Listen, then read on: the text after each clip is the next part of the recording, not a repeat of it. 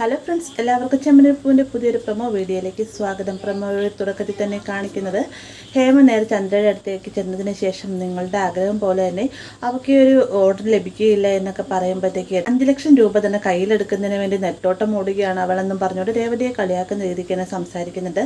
പിന്നീട് കാണിക്കുന്ന രേവതി വർഷയുടെ മുടിയൊക്കെ ഒന്ന് ഒതുക്കി കൊടുക്കുന്ന കാണുമ്പോൾ തന്നെ ചന്ദ്ര പറയുന്നുണ്ട്, 3 മക്കളെ പെറ്റവളാണ് ഞാൻ, എന്നിട്ട് എനിക്ക് ആരും ഇതുപോലെ ഒന്നും ഒതുക്കി തന്നിട്ടില്ല എന്നൊക്കെ പറയുമ്പോഴത്തേക്കും സന്തോഷമായമ്മ, നിങ്ങൾക്ക് 3 മക്കളൊന്നും ഇപ്പോഴെങ്കിലും സമ്മതിച്ചല്ലോ എന്ന് ഒരു നിറക്കണ്ണുകളോട് കൂടി തന്നെ സച്ചി ചന്ദ്രയോടായിട്ട് പറയാൻ കേട്ടോ. അതിനുശേഷം കാണിച്ചിരിക്കുന്നത് പലിശക്കാരനെ കാണാനായിട്ട് ദേവ് പോകുന്ന സമയത്താണ് അരുൺ അങ്ങോട്ടേക്ക് വരുന്നത്.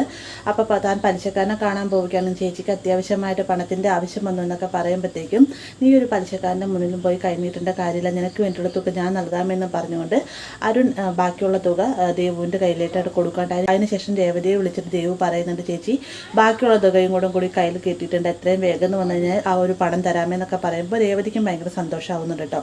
അപ്പോൾ ഇത്രയുമാണ് ഇന്നത്തെ പ്രൊമോയിൽ ഉൾപ്പെടുത്തിയിരിക്കുന്ന വീഡിയോ. ഇഷ്ടമായി ലൈക്ക് ചെയ്യാനും കൂടെ ചാനൽ സബ്സ്ക്രൈബ് ചെയ്യാനും മറക്കരുത്.